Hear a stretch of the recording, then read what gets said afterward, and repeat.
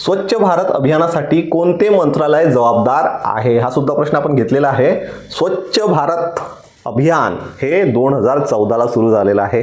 ठीक आहे, तर 2014ला स्वच्छ भारत अभियान सुरू झालेलं आहे. तर याच्यासाठी जबाबदार मंत्रालय कोणतं आहे? तर ऑप्शन नंबर बी बघा, गृहनिर्माण आणि शहरी व्यवहार मंत्रालय. गृहनिर्माण आणि शहरी व्यवहार मंत्रालय.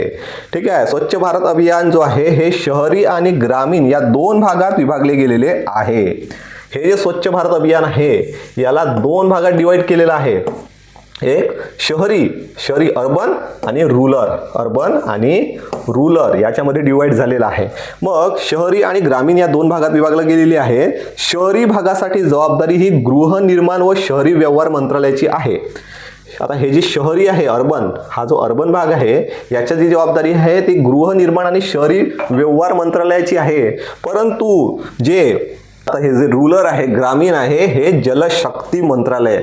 म्हणजेच स्वच्छ भारत अभियान जे आहे, स्वच्छ भारत अभियान शहरी भागाचं कोण बघते? शहरी भागाचं कोण बघते? गृहनिर्माण व शहरी व्यवहार मंत्रालय. आणि जर ग्रामीण भागाचं विचारलं तुम्हाला तर जलशक्ती मंत्रालय हे बघत असते. ठीक आहे, स्वच्छ भारत अभियानाचं.